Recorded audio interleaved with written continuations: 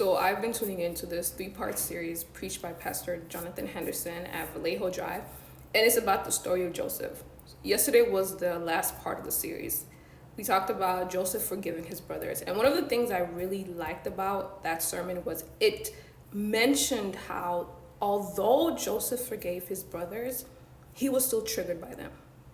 Like, although God had blessed Joseph, he had given him so many victories, he was still triggered by the people that hurt him, right? And the pastor was saying, just because you have forgiven does not mean you've healed. Healing takes time. You don't have to heal before you can forgive. You can forgive and then heal. And the other thing that I really loved was he talked about how Joseph, before he opened his arms wide open for his brothers to come back into his life, he tested them. He had to make sure they were, they were not on the same scheme.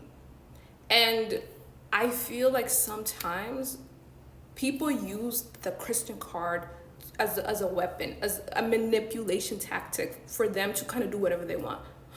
You're a Christian, you're supposed to have a good heart. No. When you have boundaries, you're basically telling people that, hey, I'm holding you accountable to your actions. If you mistreat me, boom, boundary. Boom, you lose access. Because even when you think of God, like, God loves us. And even though he forgives us, it does not always mean that we don't have to go through the consequences.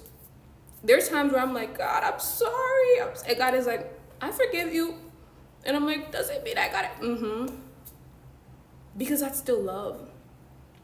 Sometimes people have to go through consequences, have to go through boundaries, so they learn how to treat you.